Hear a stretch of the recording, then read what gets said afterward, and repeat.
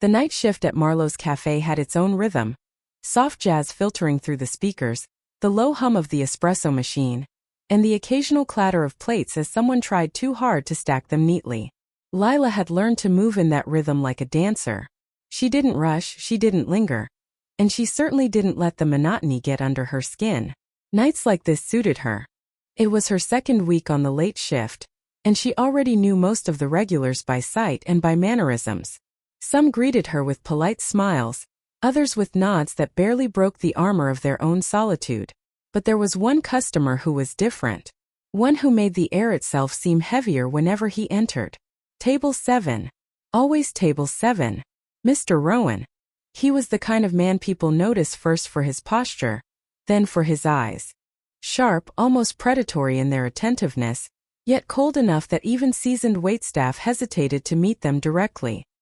He had a reputation for being impossible, picky about the way his coffee was poured, intolerant of even the smallest mistakes, and utterly unwavering in his expectations. Most servers avoided him, whispered about his impossible standards behind his back, and fumed in silence when he complained.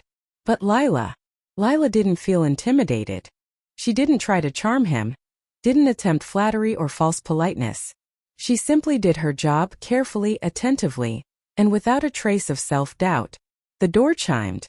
In came Mr. Rowan, as punctual as always, sliding into the booth at table 7 with the precision of someone accustomed to controlling every detail of his surroundings.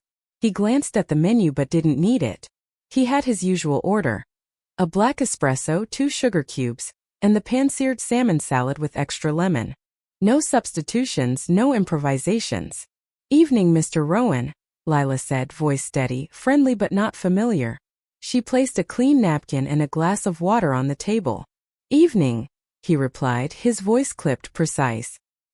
He scanned the cafe, his gaze momentarily pausing on the other customers before settling back on Lila. She poured the espresso first. 2 sugar cubes dropped in with a soft clink. She stirred perfectly, her hand calm, steady. She placed the cup in front of him. You stir clockwise, he noted. Most people don't notice. I noticed, she said simply, moving to grab the plate. No apology, no hesitation, no explanation. Just the quiet confidence of someone who understood her craft. He raised an eyebrow but said nothing. As she carried the salad to the table, he looked at her in a way she hadn't expected. Not with judgment, not with suspicion, but with curiosity. A flicker of interest so subtle it could have been missed by anyone else. The rest of the night passed in the usual rhythm. Orders came and went, dishes clattered, jazz played softly. Lila moved efficiently, her presence unassuming yet solid. She had learned early in life that people responded to calm confidence, not to noise or flashiness. Mr. Rowan watched her more than he watched anything else that night. The way she handled a sudden spill near the counter without flinching. The way she adjusted a crooked chair at a nearby table without being asked. The way she responded to a customer's complaint about the soup with a smile that didn't try too hard. No one else had ever managed to do that. He found himself noticing details he didn't care about before. The way her hair caught the light from the overhead lamps, the faint scent of something calming, the way her eyes seemed to take in the world without judgment. He noticed that she wasn't afraid of him, and that alone made her remarkable. A clatter near the kitchen drew both of their attention. A tray had slipped from a new hire's hands, scattering utensils across the floor. Lila moved immediately, picking up the pieces, offering a quick word of reassurance to the flustered trainee, and placing the tray back with exact precision. She didn't make a scene, didn't draw attention to the mistake. She simply restored order seamlessly. Mr. Rowan watched, intrigued. He had spent years in his line of work. Meticulous, demanding, exacting. He was used to people failing him. He was used to people trying and then fumbling. But here was someone who didn't try to impress him. She just existed in a way that made the chaos seem manageable. When the shift finally began winding down, most of the late-night crowd had gone. Only a few stragglers remained, nursing their drinks. Mr. Rowan finished his salad, ate every bite with meticulous care, and placed his napkin neatly on the table. Lila approached to clear it. You handled tonight well, he said without preamble. Thank you, she said, meeting his gaze evenly. There was a pause. A long, deliberate silence that neither seemed inclined to break. Lila's calmness met his scrutiny, and for the first time in what felt like years, Mr. Rowan found himself unable to look away. Something about her presence was different, unshakable, grounded, honest. And in that simple honesty, he sensed a kind of strength he hadn't realized he was missing. He cleared his throat, leaning back slightly. "I've seen a lot of people work here, but you..." He stopped. He wasn't sure what to say. Not because he didn't have words, but because no words seemed adequate. She wasn't like the others. She didn't try to bend, to fit, to manipulate. She simply existed as she was. The thought struck him unexpectedly. "I want to see her again. Not because I demand it, but because I want to." Lila straightened, glanced briefly at the clock, and then back at him. "Closing soon," she reminded gently. He nodded. But he didn't move. Instead, he let his gaze linger a moment longer than he normally would, taking in the quiet assurance of her posture, the gentle confidence she exuded. For the first time he wondered what it might feel like if someone like her existed not just in passing, but as part of his daily life. The moment passed, as all moments do, but something inside him shifted. It was subtle, like the faint tilt of a compass needle. A spark of curiosity, a hint of desire. A recognition that he might not fully understand yet. As Lila walked away to stack the last few chairs, he found himself staring at the empty table for a heartbeat longer than necessary. Something about her had left a mark, unspoken but undeniable. And in that quiet, ordinary cafe, amid the hum of machines and the soft jazz, Mr. Rowan felt a sensation he hadn't felt in years: intrigue, curiosity, interest. And something that might, over time, grow into something far more complicated. The night ended, the door chimed closed behind her, and yet he couldn't shake the feeling that this encounter was only the beginning. That table 7 would never feel the same again. And for the first time he wondered, who is this woman? The next evening, Marlowe's cafe felt different to Lila, though she couldn't explain why. Maybe it was the anticipation that hummed beneath the surface of the night, subtle but persistent.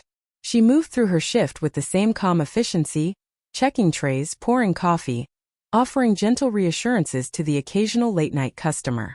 But her mind kept drifting to table 7. By the time Mr. Rowan arrived, she was already aware of his presence before he even spoke. The door chimed and she looked up. He entered with his usual measured stride, but there was something different in his posture tonight. A slight relaxation, a small, almost imperceptible curiosity in his eyes. "Good evening," he said, sliding into his booth. He didn't glance at the menu. He never did. Lila approached with his coffee, exactly 2 sugar cubes stirred clockwise. "You handled yesterday well," he said, without preamble. "I appreciated it." "Thank you, Mr. Rowan," she replied, her tone light and even. He hesitated for a fraction of a second. "I wonder, would you consider continuing your work somewhere else?" She raised an eyebrow, subtly intrigued. "Elsewhere?" He leaned back, hands folded neatly on the table. "At my home. Not for long-term employment. Not as a permanent arrangement. But I'd like your help with some things. Evening hours. Light work. Just to have you nearby." Lila's first instinct was caution. Strange offers from demanding clients were never simple, and most had hidden expectations. But something in his tone suggested honesty. No manipulation, no demand, just a genuine request. "I see," she said slowly, allowing herself a measured pause. "And you want me to come, why exactly?" "Because," he said carefully, "you manage tasks with a presence that is uncommon. You bring order without force. I value that. I'd like it for myself at home." There was no hidden challenge in his voice, no unspoken agenda, just a statement of fact. Lila considered it, weighing the risks against the curiosity the offer sparked in her. "All right," she said finally, tilting her head slightly. "I'll come. One evening at a time. I don't do obligations." He allowed a faint, almost imperceptible smile. "Agreed. One evening at a time." The arrangement began the very next night. Lila left the cafe with her tote bag, a small sense of anticipation settling over her. Mr. Rowan's home was in the quieter part of the city, a well-kept, understated townhouse. She entered, greeted with a subtle nod, and immediately began observing the space. It was meticulous. Every object had a place. Everything appeared ordered, controlled. There was no chaos, but there was no warmth either, at least not yet. Lila noted the subtle tension in the corners of the room, the slight stiffness of the atmosphere. She didn't comment. She simply moved with ease, starting with simple tasks, adjusting the arrangement of books, folding a few scattered magazines, straightening cushions. He watched silently, standing slightly to the side, observing her hands, the careful motions, the calm assurance. He was used to controlling work, controlling staff, controlling outcomes. But he wasn't used to watching someone who didn't need his approval to do things correctly. Someone who simply brought balance by her presence, not by their influence. Over the next few evenings, Lila's role remained subtle. She was there to assist, to smooth, to organize, but never to interfere. She noticed the small details. A teacup slightly chipped, a light bulb that flickered intermittently, the way he always left his shoes neatly aligned at the door. She didn't comment unless necessary, and never forced her opinions. It was in these quiet, seemingly insignificant interactions that their connection began to form.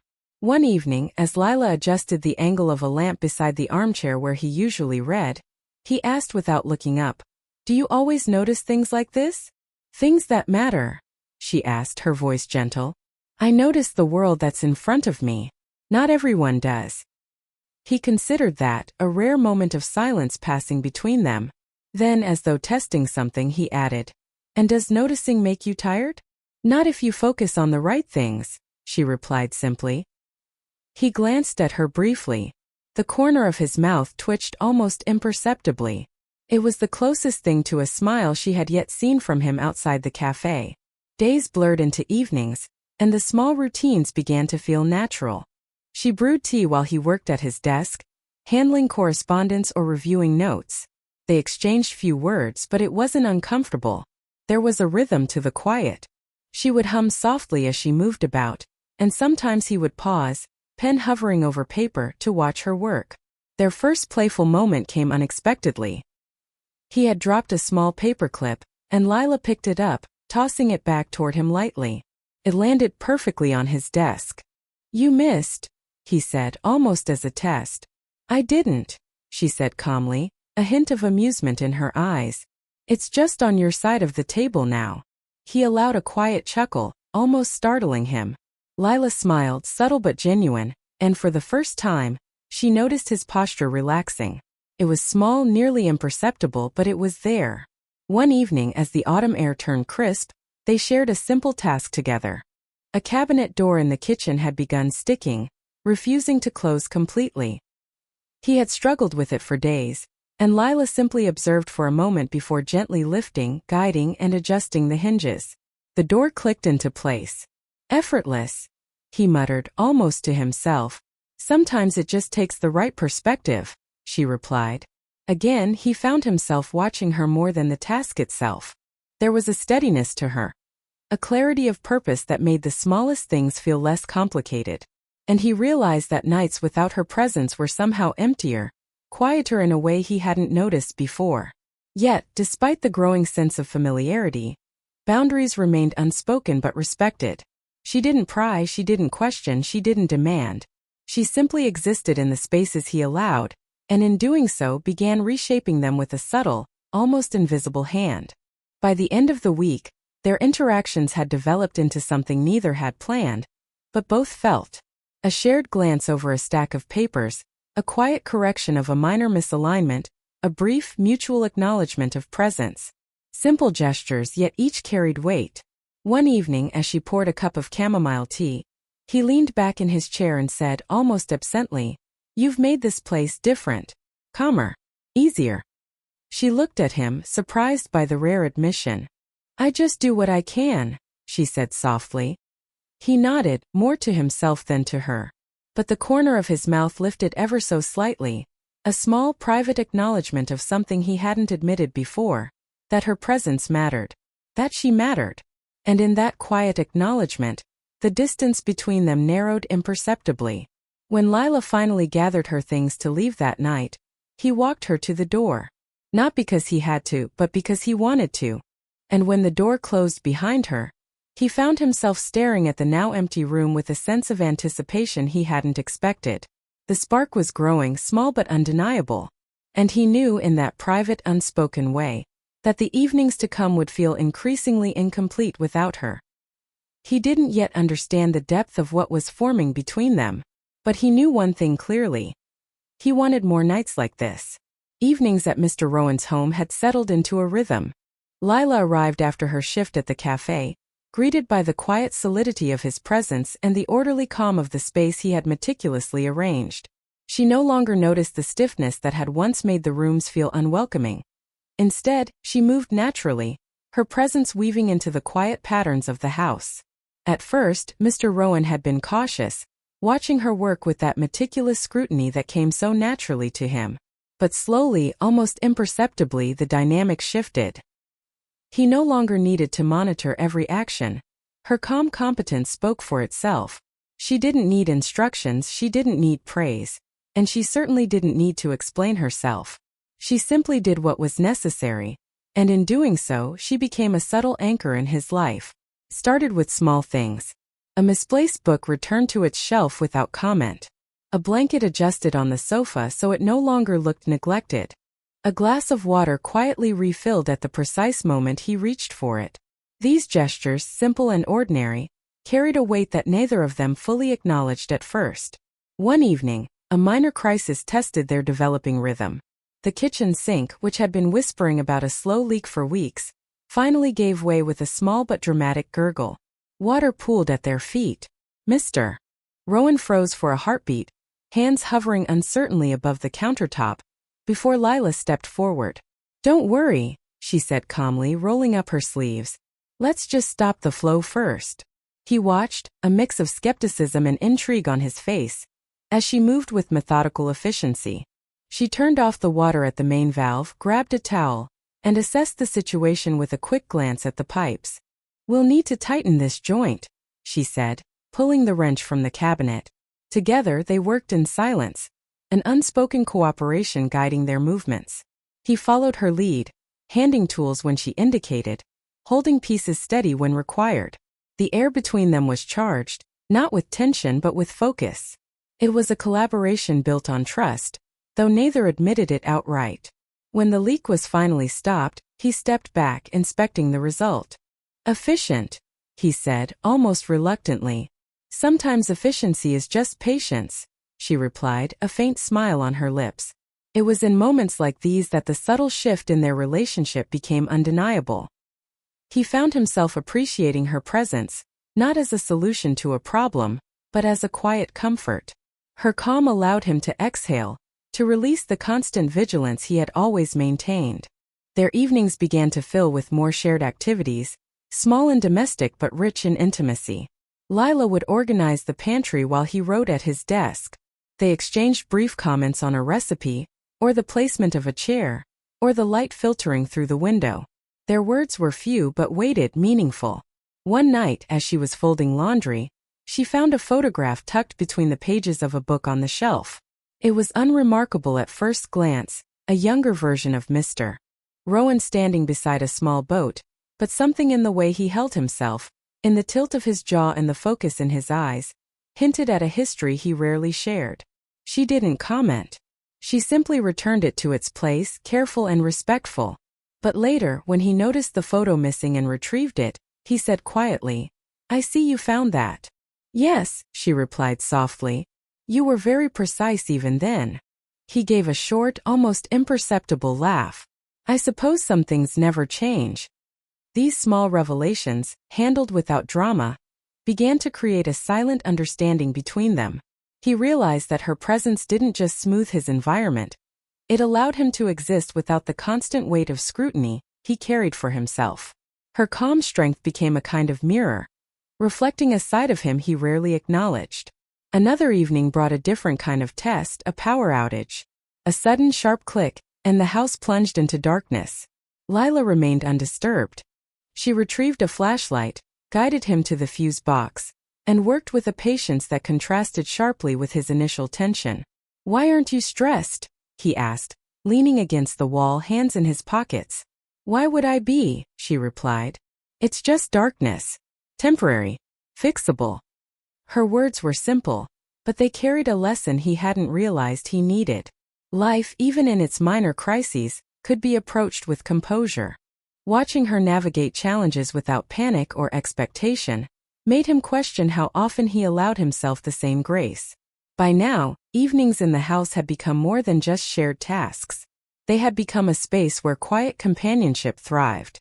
Sometimes they worked in silence, sometimes they exchanged short, pointed comments that carried humor and warmth. She had a way of teasing lightly, a gentle provocation that never crossed boundaries but hinted at familiarity. One evening, as he was adjusting the blinds, she handed him a small coffee cup, steam curling up between them. "Careful with that," she said. "You'll spill it." "I don't spill," he replied sharply, though a corner of his mouth betrayed a slight smile. "You might tonight," she countered lightly. He glanced at her, and for a moment something unspoken passed between them, a recognition that the ease between them was growing, that the boundaries of their relationship were shifting imperceptibly. It was not a declaration, not yet. But the subtle shifts were accumulating quietly, insistently. He noticed that his evenings felt incomplete without her presence. Her absence, even briefly, was palpable. Her laughter, even the softest hum, seemed to fill spaces he hadn't known were empty. The language of silence had become their own form of communication. A glance across the kitchen could convey understanding. A small gesture, a cup handed across the table, a chair pulled out, a blanket draped neatly, spoke volumes. Words were secondary. The resonance of presence mattered more. By the end of another week, he found himself pausing before she arrived, anticipating the rhythm she brought into the house. Her entry, simple and unassuming, carried a sense of completeness. He didn't yet name the feeling. Perhaps he wasn't ready to. But he knew that nights without her felt diminished, lacking the quiet, steady energy she radiated. It was during one of these quiet evenings that he finally realized how much he had begun to rely on her. Not on her in a conventional sense, but on the stability she brought. He didn't need her to solve his problems, to fix his world, or to bend to his expectations.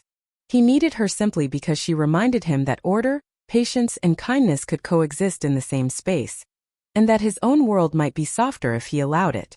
And though he didn't speak these thoughts aloud, though he didn't yet invite her into the depths of his life, he knew that the subtle shift was irreversible. Something had changed, and neither of them could ignore it.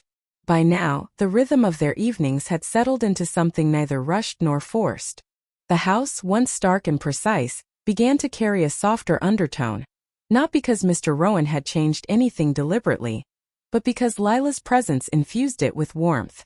Her calm attentiveness was like a gentle tide, smoothing the rigid edges of his routines without disturbing the structure he relied upon. It was a quiet influence, invisible to anyone else, yet unmistakable to him. He noticed it most in the moments he didn't realize he was observing. The way she straightened a cushion without making a comment. The way she adjusted the blinds just enough to let in the evening light without altering the symmetry. The way she hummed softly while washing the few dishes left from dinner. Each act seemed trivial on its own, yet the cumulative effect was undeniable. He found himself beginning to listen differently, not just hearing her words, but noticing her pauses, the subtle shifts in tone, the inflection that suggested thoughtfulness. He began to respond differently too, not out of obligation but because he wanted to. Small gestures emerged naturally. A cup of tea placed exactly where she might need it, a blanket offered on cooler nights, a door held open. He didn't announce these actions and he didn't measure their effect. He simply did them because they felt right. One evening, as she was arranging a few books on the shelf, he noticed a small smudge on the counter. Without thinking, he grabbed a cloth and wiped it away, sliding it toward her with a casual, "Here." She looked up, a faint, knowing smile on her lips. "Thanks," she said softly, returning to her task. No fanfare, no discussion, but the gesture lingered in the space between them. It was in these tiny exchanges that the invisible connection deepened. They were learning each other's rhythms without speaking about it, discovering a language of presence and attentiveness that didn't rely on words. On a night punctuated by rain tapping against the windows, Lila moved to close a window that had been left slightly ajar. Mr. Rowan, who had been reviewing notes at his desk, noticed her pause as she considered the condensation forming on the sill. She didn't rush, she didn't fret. She simply adjusted the window and continued. "Sometimes I forget to notice," he said almost to himself, "how small things matter." She glanced at him briefly, eyes calm. "It's the small things that make the difference." He nodded slowly.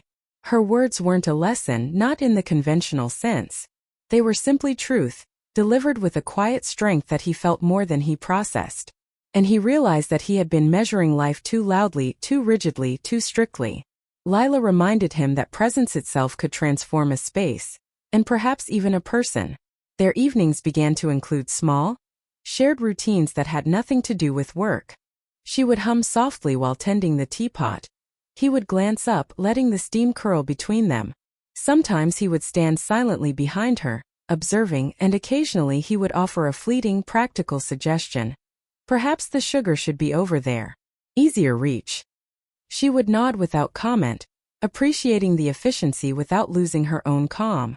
The first subtle humor emerged in these routines. One evening, as she placed a teacup too close to the edge of the counter, he said dryly, "Risky placement. Gravity might be merciless tonight."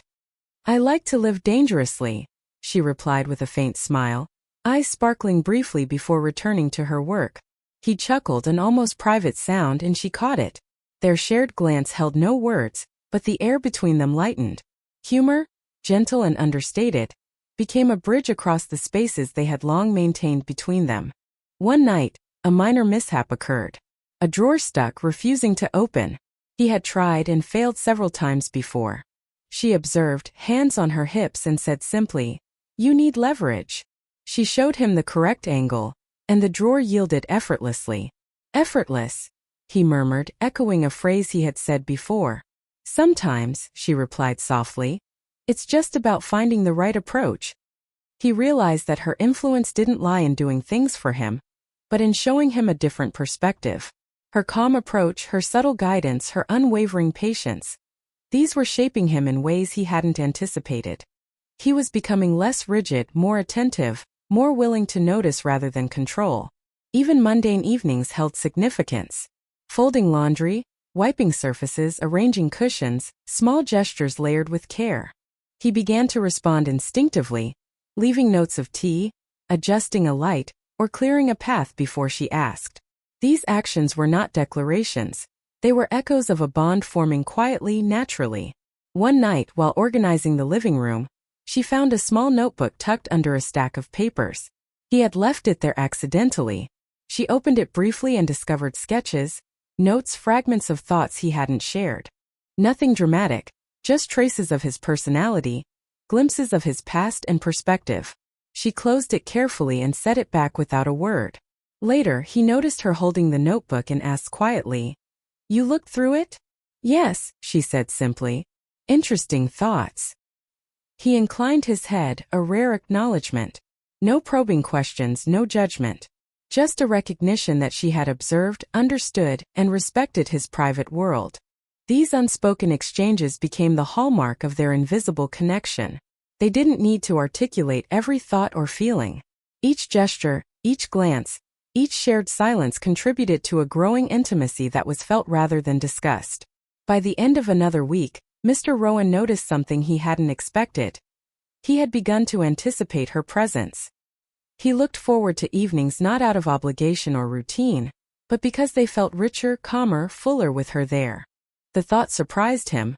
He had long considered himself self-sufficient, independent to a fault, but he couldn't deny the warmth that accompanied her presence. For Lila, the connection was equally undeniable. She felt the subtle shifts in him, the quiet relaxation, the willingness to pause, the openness that had been absent before. She didn't push, didn't comment. She simply continued to exist in the space, allowing their bond to deepen in its own unhurried way.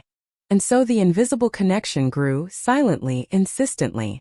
Through the small acts of care, the shared glances, the gentle humor, the quiet understanding, they were discovering a closeness neither had anticipated, yet both recognized. By the time Lila gathered her things to leave for the night, Mr. Rowan found himself standing a moment longer than necessary, watching her coat fall neatly over her arm, listening to the soft click of the door. The space felt different without her. Not empty, less complete, less alive. And he knew, without saying it, that he was beginning to rely on this quiet presence in a way that might eventually mean more than he could yet admit. The evening had begun like any other. Rain was forecasted, but neither of them paid it much mind. Lila arrived after her shift at the cafe, her coat damp from the first drizzles, and Mr. Rowan's home was warm, orderly, and calm, the familiar rhythm of their quiet evenings waiting for her. They settled into their respective routines. She brewed tea, carefully measuring leaves into the pot, while he reviewed his notes at the desk.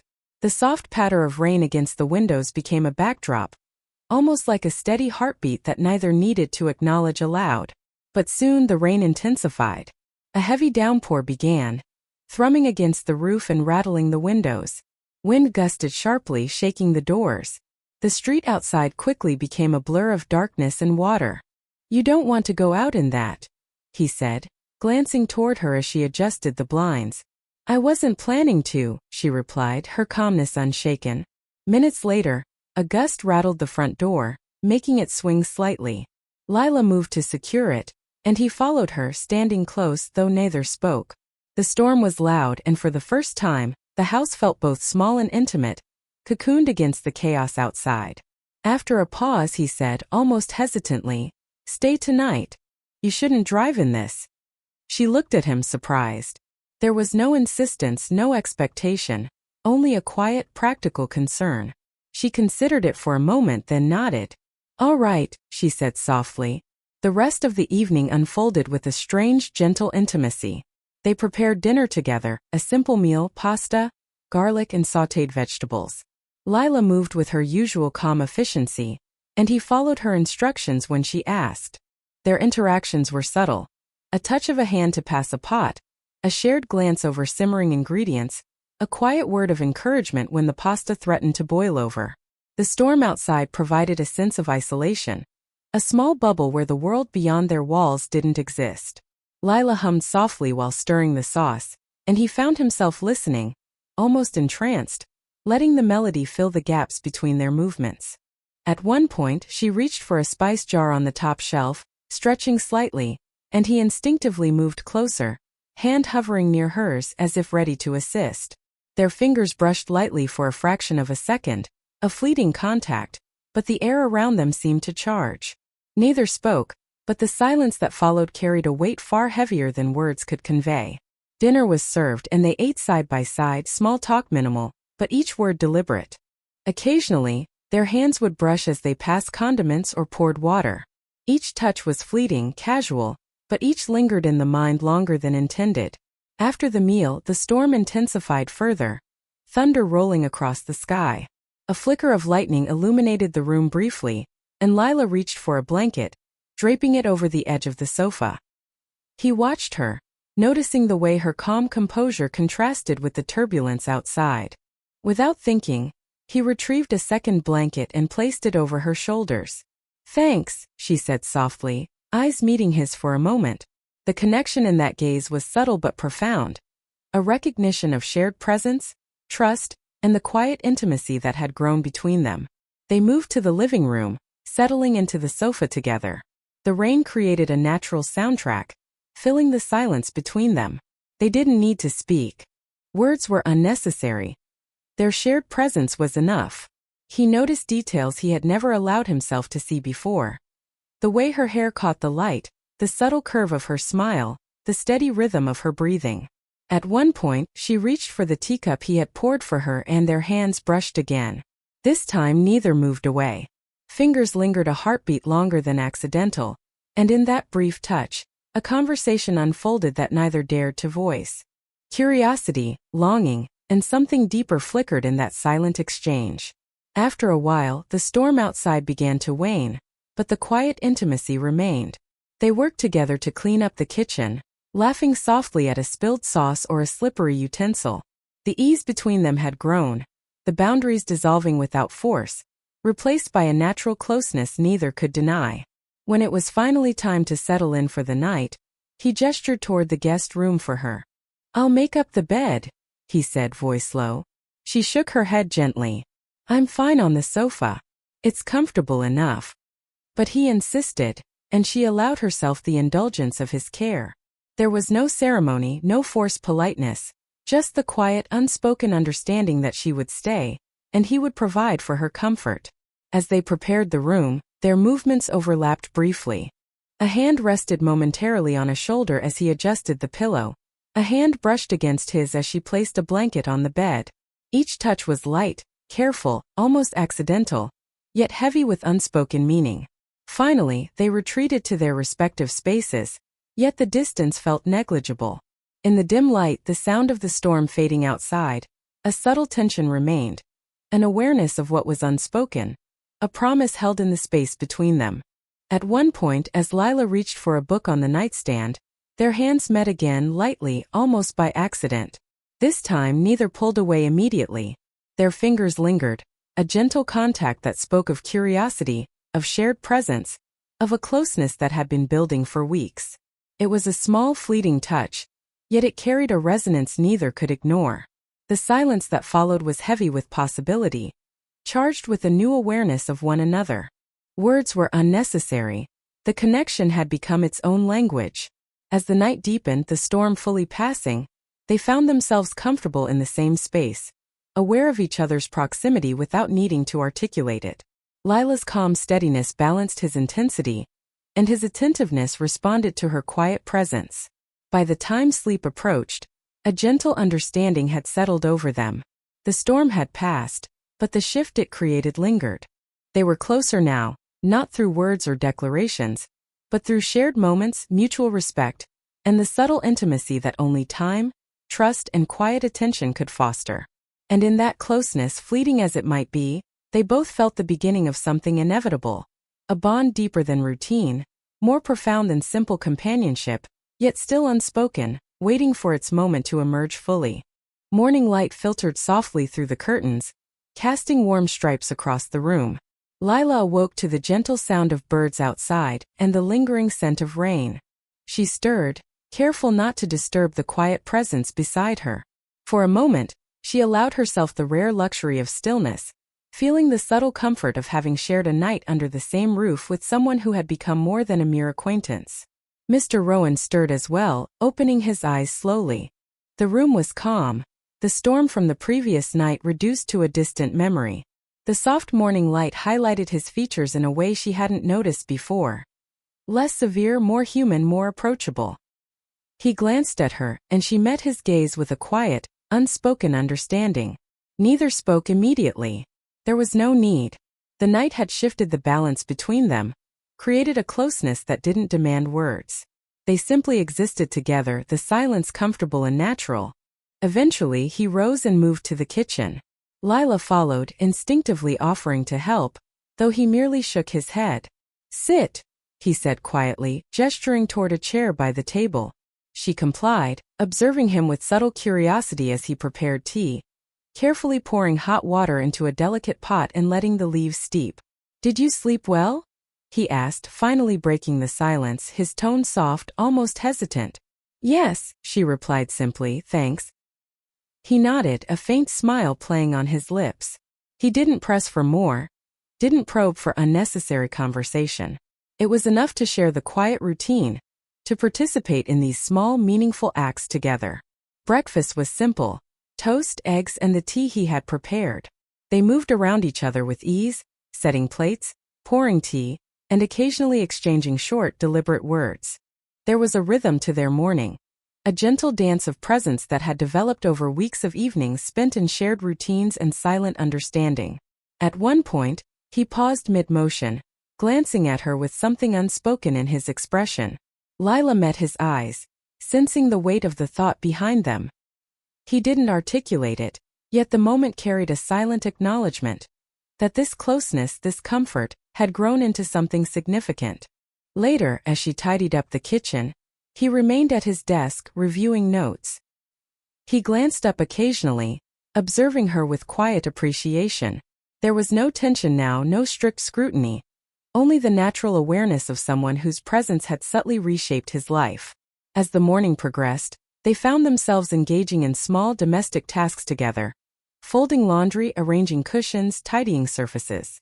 Each act, ordinary on its own, became imbued with significance because they did it side by side. The unspoken connection between them lent weight to even the simplest gestures. At one point he paused, pen in hand, and looked at her. "I've been thinking," he said slowly, "about something I've wanted for a long time." "What's that?" she asked, curiosity gentle in her voice. "A companion," he replied, a quiet seriousness beneath his words. "A dog or a cat. Someone to share the space with, not for obligation but for presence." Lila's eyes softened. She could see the thoughtfulness behind the words, the careful consideration. "That sounds wonderful," she said, her voice warm. He set down the pen and rose. "Would you help me choose?" he asked, an almost childlike hesitance in his tone. It was a rare vulnerability, a glimpse behind the meticulous, controlled exterior he usually maintained. "Of course," she replied softly, a genuine smile lighting her face. Together they left the house, stepping into the crisp air outside. Rain had left the streets glistening, and the city seemed softer, quieter, more accommodating to small joys. They walked side by side, occasionally brushing hands, occasionally exchanging a glance or a quiet comment. Each moment carried weight, each step affirming a subtle yet profound bond that had been building over countless evenings and shared tasks. At the shelter, they moved through the rows of potential companions. Puppies tumbled over one another in playful chaos. Kittens curled in warm, contented bundles. They laughed softly at the antics of the animals, their earlier tension replaced with a sense of ease and shared delight. Finally, they paused before a small, curious puppy with bright eyes and a hesitant tail. Lila knelt, letting the puppy sniff her hand, and he watched, noting the gentle care in her movements. She looked up at him and he nodded subtly. Together they decided. The decision was simple, yet monumental. Choosing a companion together symbolized a new beginning, a tangible step into a shared life. It was not just a pet, it was a testament to their evolving bond, a small but significant marker of trust and mutual presence. Back home, the puppy explored the rooms with cautious curiosity, and Lila and Mr. Rowan followed, laughing softly at its antics. The house, once defined by meticulous order, now carried warmth and life in every corner. The puppy's presence was a new rhythm, a shared responsibility, and a living symbol of their partnership.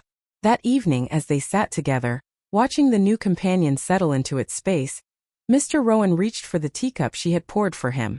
"Thank you," he said quietly, his tone carrying more than just gratitude for the tea. She looked at him, understanding the layers behind his words. "You're welcome," she replied softly, a gentle acknowledgement of everything unspoken between them. The house was calm, the air warm, and the quiet intimacy that had grown over weeks of shared evenings reached a new level. They didn't need to speak grand declarations. Their bond had been formed in gestures, silences, touches, and shared routines. Now, with the small life they had chosen together, it was undeniable. As night fell, they moved through the house with ease, guiding the puppy gently, sharing quiet laughter, and exchanging subtle glances that carried weight beyond words. There was no rush, no need for dramatics, just a quiet recognition that they were no longer two isolated individuals, but part of a shared world, a shared rhythm, a shared life. Finally, they settled on the sofa together, the puppy nestled between them. "Mr. Rowan reached for her hand, not out of obligation, not out of formality, but because it felt natural, right, inevitable. She accepted the gesture, their fingers intertwining gently, comfortably. In that simple, quiet moment, the culmination of their journey became clear. Weeks of small gestures, shared silences, gentle humor, mutual respect, and quiet attentiveness had led to this point. They didn't need words to define it. Their presence together spoke volumes. And in the soft glow of evening light, amidst the quiet of their shared home, they began a new chapter, not defined by past routines or strict expectations, but by choice, presence, and mutual care. A beginning built on quiet intimacy, trust, and the recognition that life, when shared with someone who matters, could be unexpectedly gentle and profoundly meaningful. As they sat together, watching the puppy explore its new surroundings, Mr. Rowan's voice broke the quiet, soft and reflective. "We remain who we are. I remain meticulous. You remain sincere. And together, we begin a life where two hearts have chosen one future." Lila squeezed his hand gently, her calm presence echoing the sentiment perfectly. And in that quiet affirmation, the storm of the past nights, the small crises, the shared routines, and the invisible connections all led to this, an unspoken promise of togetherness, trust, and a new beginning.